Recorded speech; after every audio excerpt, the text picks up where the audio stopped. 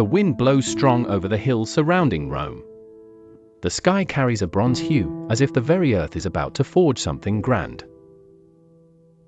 The distant clinking of swords and the rhythmic echo of footsteps resonate like contained thunder, a harbinger of the power rising from the bowels of a city destined to rule the world.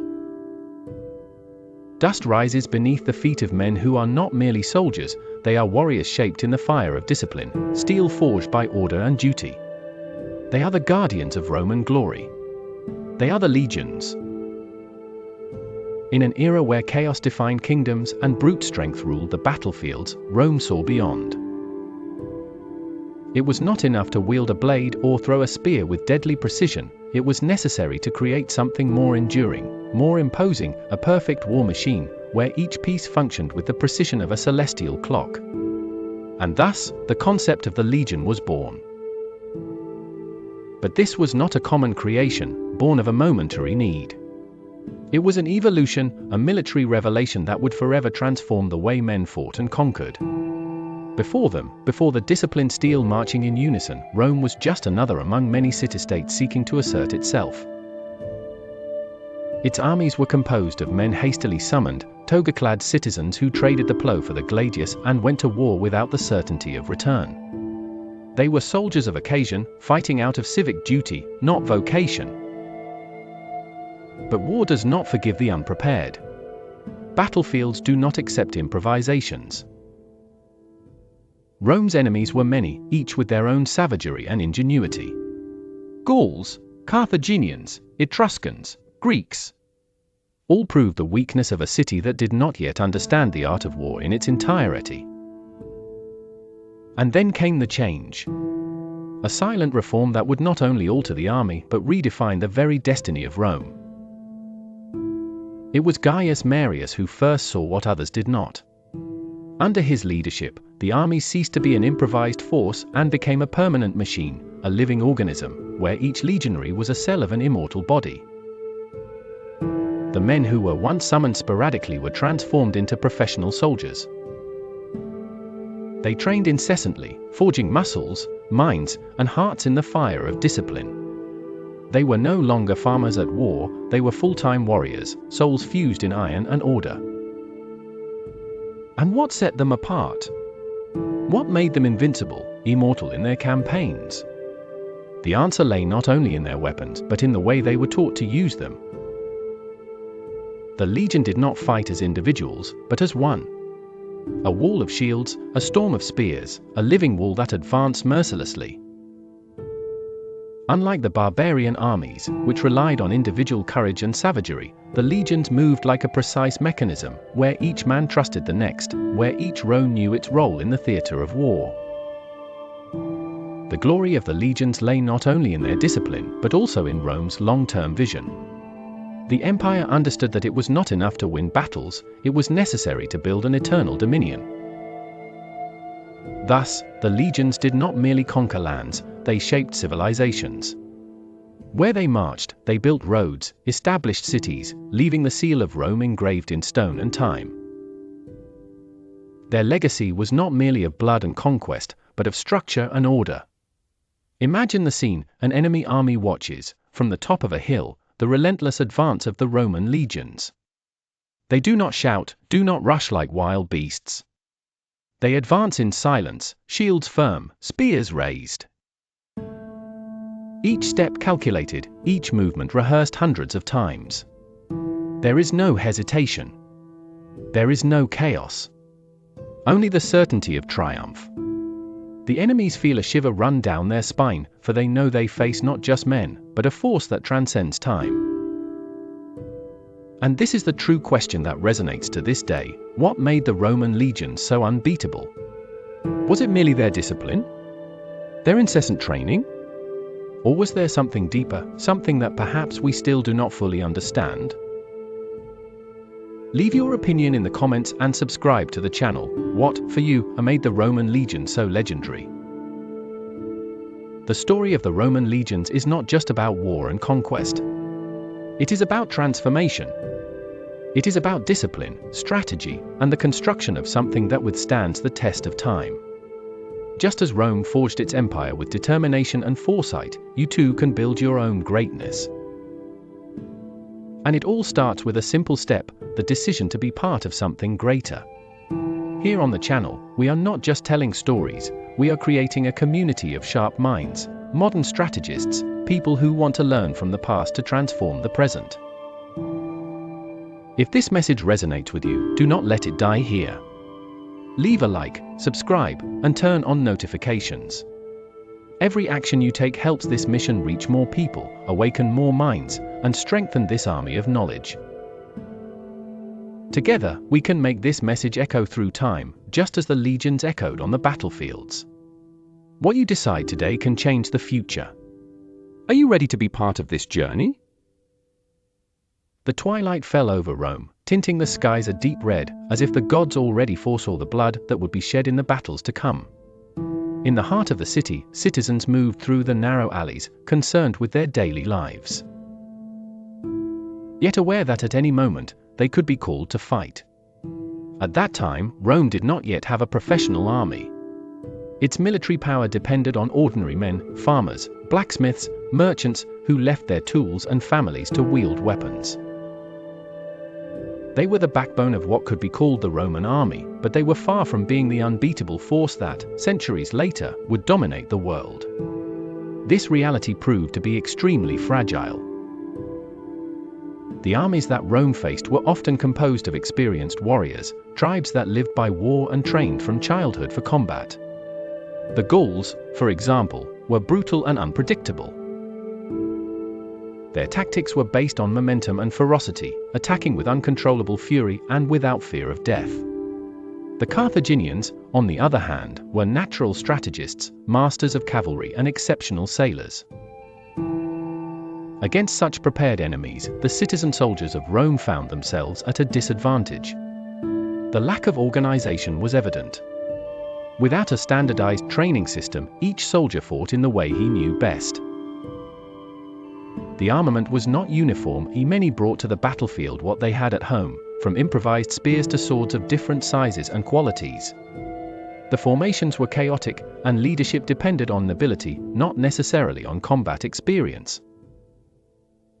Thus, while Rome struggled to expand its influence, its very survival was threatened by its inability to maintain a cohesive and reliable army. The most brutal blow against this vulnerability occurred in 390 BC, when the Gauls, led by the warrior Brennus, marched on Rome. The decisive battle took place on the banks of the river Alia, a tributary of the Tiber. Rome, relying on its superior numbers, believed it could easily repel the barbarian horde. But the Gauls were warriors hardened by years of conflict. They attacked violently, breaking the Roman ranks like an unstoppable torrent. The Roman soldiers, disorganized and without effective command, were massacred. Many fled in panic, leaving behind their comrades and their weapons. What followed was an unprecedented disaster. With the Roman army annihilated, the Gauls advanced on the city, breaching its defenses and spreading terror among the citizens. The sack of Rome was an absolute humiliation. The people watched helplessly as their homes were set ablaze, their temples desecrated, and their riches plundered. The Roman leaders, desperate and with no options, took refuge in the fortress of the capital, while the Gauls settled in the ruins of the city. For months, the invaders remained in Rome, imposing a cruel dominion and making it clear that the city's greatness was still an illusion. This event marked a turning point in Roman mentality.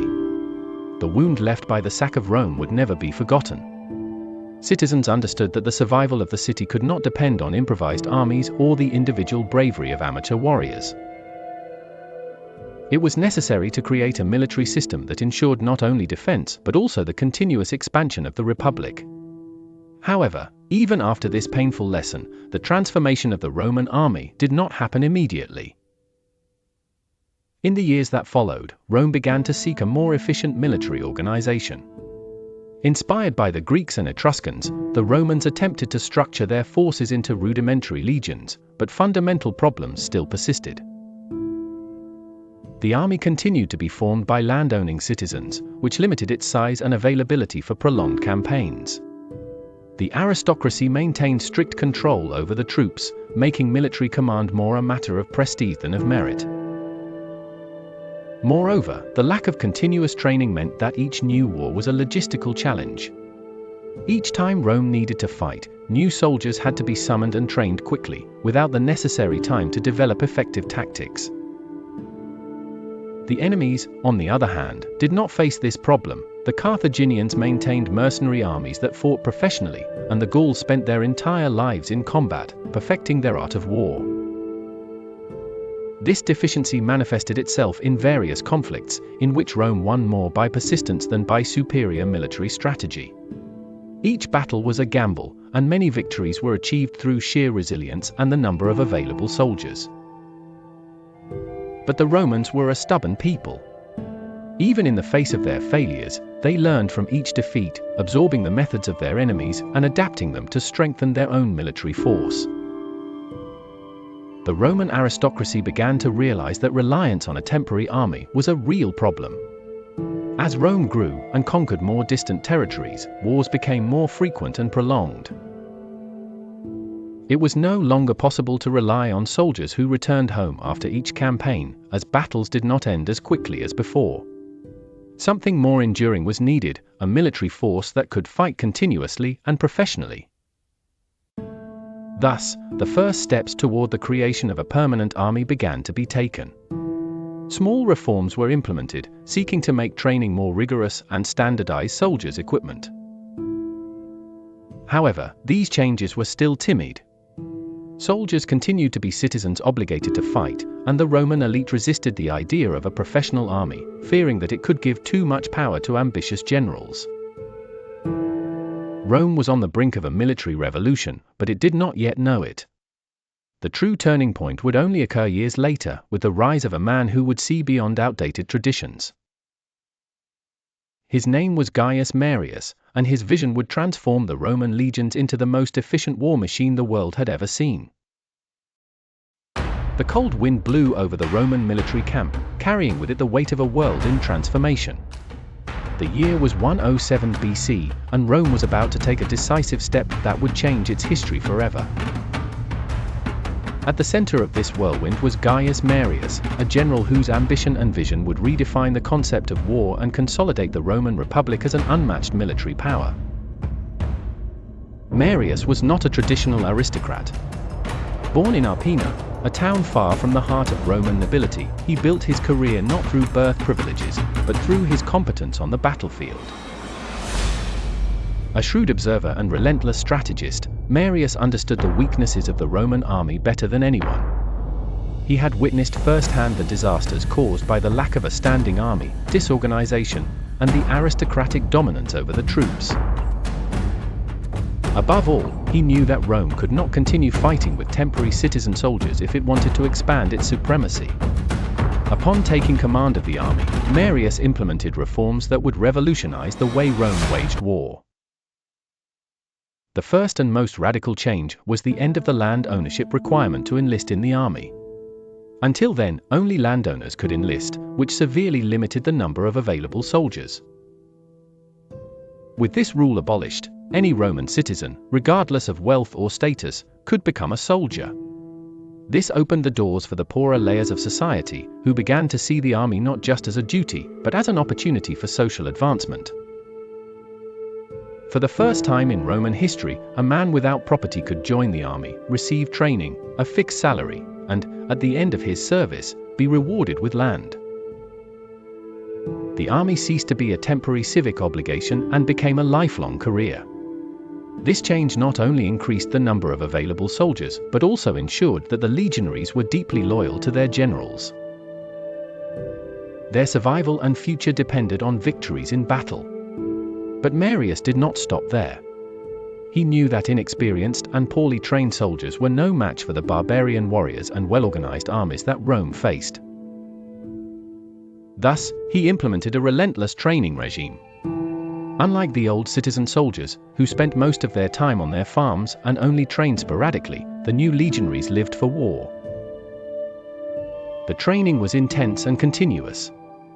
Soldiers marched long distances carrying about 40 kilograms of equipment, strengthening their bodies and building endurance for prolonged campaigns. They fought daily with dull gladi to perfect their technique, simulating exhausting combats until they achieved lethal precision. Discipline became absolute, and the Roman army began to operate as an efficient, cohesive, and organized war machine. Another fundamental aspect of Marius's revolution was the standardization of military equipment. Previously, each soldier brought what he owned or could afford, which created inequality on the battlefield. With the reforms, all legionaries began to receive rectangular shields, scutum, short and lethal gladi, heavy spears, pilum, and reinforced armor, larica hamata. This uniformity not only improved defense and attack, but also created a visual and tactical identity for the Roman armies. The soldiers were not just fighters, they were part of a homogeneous, cohesive, and disciplined force capable of executing complex maneuvers on the battlefield. The new formations tested by Marius allowed the legionaries to fight as a living wall, a compact and unbreakable block that crushed their enemies with surgical precision. But perhaps the most symbolic and inspiring change was the creation of the legion's eagle, Aquila. Before the reforms, the army's standards varied, but Marius instituted the golden eagle as the sole and supreme symbol of each legion. This eagle represented the strength, glory, and invincibility of Rome. Each legion had its own, and losing it was the worst disgrace, something a legionary would never allow. The presence of the eagle on the battlefield ignited the hearts of the soldiers. They fought not only for Rome, but for their own honor and that of the legion. The sacred standard guided them in war, and its mere sight on the horizon was enough to intimidate the enemies. No soldier dared to flee or retreat without orders, for he knew that his loyalty and reputation were tied to the eagle. With these changes, Rome came to have a permanent army, highly disciplined and prepared for prolonged campaigns. The legions reformed by Marius were not just troops, they were relentless instruments of conquest and domination. Now, Rome could send its armies to long and distant wars without worrying about a shortage of soldiers or the inexperience of the troops. The Roman war machine was complete. But its true test was yet to come. On the horizon, new enemies were emerging, and Marius's legionaries would have to prove their strength in battles that would define the fate of Rome. The Roman legion was more than just a simple group of soldiers, it was a perfectly organized war machine, designed to withstand the test of time and the chaos of the battlefield. Every soldier, every formation, every strategy was meticulously planned to ensure maximum efficiency and absolute dominance over their enemies. Composed of about 5,000 to 6,000 men, the legion was divided into cohorts, smaller units of approximately 480 soldiers, ensuring flexibility and tactical control amidst combat. Unlike the ancient structure of maniples, the organization into cohorts made the legion more efficient, cohesive, and resilient in prolonged battles. Each cohort, in turn, was subdivided into centuries, groups of 80 to 100 soldiers, commanded by a centurion, an experienced veteran whose word was law within the unit. The centurion was the true pillar of Roman discipline. He not only led his men into battle but also oversaw brutal training, enforced iron discipline, and served as a model of courage and endurance. These men were known for their brutality and extreme demands, often applying severe punishments to maintain order and ensure that the legionaries remained unyielding in the face of the enemy. The hierarchy within the legion was rigid, and obeying orders was a matter of life or death. Above the centurions were the military tribunes, responsible for broad strategies and the administration of the legion, while the legate was the supreme commander, often a senator or aristocrat appointed by the Senate. This clear and inflexible command structure ensured that every man knew his place and function, eliminating chaos from combat and allowing for impeccable tactical maneuvers. The Roman legion not only possessed numbers and discipline, but also mastered innovative battle tactics that ensured its supremacy. Soldiers were exhaustively trained to fight as a single entity, transforming into an impenetrable block of steel and strategy. One of the most feared formations was the testudo, tortoise. When under enemy attack, the legionaries formed an almost insurmountable barrier, raising their shields in front and above their heads, creating a protective shell against arrows and spears. This tactic was especially effective against armies that relied on ranged attacks, such as Parthian archers and barbarian hordes. Another essential aspect of combat was the movement in rotating lines. Unlike other forces that depended on chaotic frontal attacks, the Romans maintained an orderly formation, where the frontline soldiers fought for short periods and were constantly replaced by rested troops from the rear. This allowed the legion to maintain its strength and endurance much longer than the enemies, whose lines often wore down from fatigue and disorganization. The use of weaponry was also calculated to maximize impact on the battlefield. The pilum, a throwing spear designed by the Romans, was a deadly weapon even before close combat. Thrown at short range, its design caused it to penetrate enemy shields, bending the tip upon impact and rendering the shield unusable. Thus, when the Romans advanced into combat with their short and agile gladi, their opponents were already unprotected and disorganized. Every detail of warfare was meticulously planned. There was no room for improvisation, only for the precise execution of strategies taught in training fields. This cold and calculating mindset was what set the Roman legion apart from the tribal armies they faced, making them a nightmare for any enemy on the battlefield. Roman superiority was not limited to the battlefield, it extended to the way its legions moved and established themselves across enemy territory. While barbarian and tribal armies relied on luck and nature for sustenance, Rome created its own conditions for victory, mastering the art of military engineering. The construction of military roads was one of the greatest strategic advantages of the legion. While other armies struggled to traverse difficult terrain, Rome built stone paths that allowed its troops to march quickly and safely. These roads facilitated the movement of soldiers and enabled supplies, reinforcements, and information to be transported swiftly. Military camps were also a masterpiece of planning. Each legion, at the end of the day, constructed a fortified camp, regardless of where they were. These camps were surrounded by ditches and palisades, transforming into temporary fortresses that ensured security and control over the territory. Within these structures, there was impeccable organization, with aligned streets, symmetrically arranged tents, and specific locations for supplies and strategy meetings. Beyond the physical structure, discipline within the legion was an essential pillar of Roman success. Desertion or displays of cowardice on the battlefield were not only disgraceful, they were fatal. One of the most feared punishments within the army was decimation, a brutal penalty applied to units that failed in combat.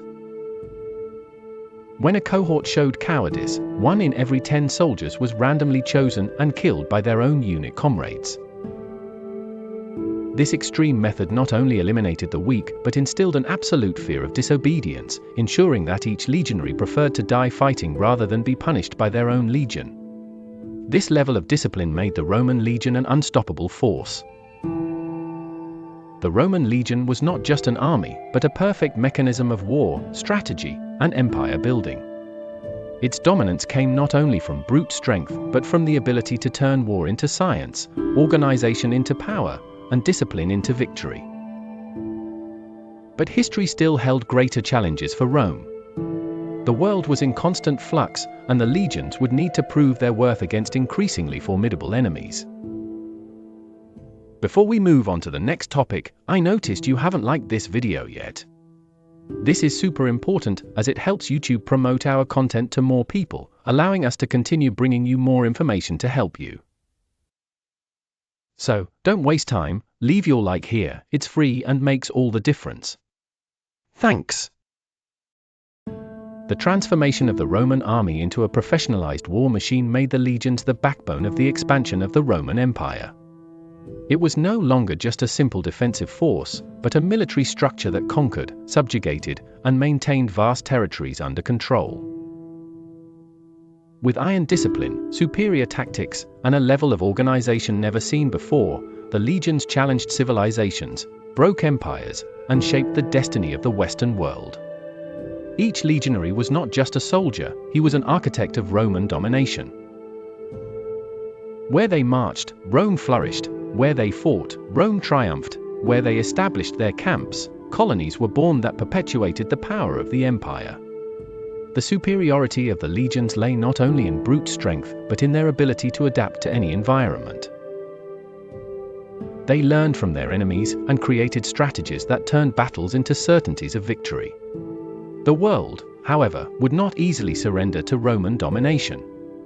Barbarian peoples, rival kingdoms, and ancient civilizations bravely resisted, but one by one they were crushed. Each Roman military campaign not only expanded the territory of the empire, but also redefined the very history of the ancient world.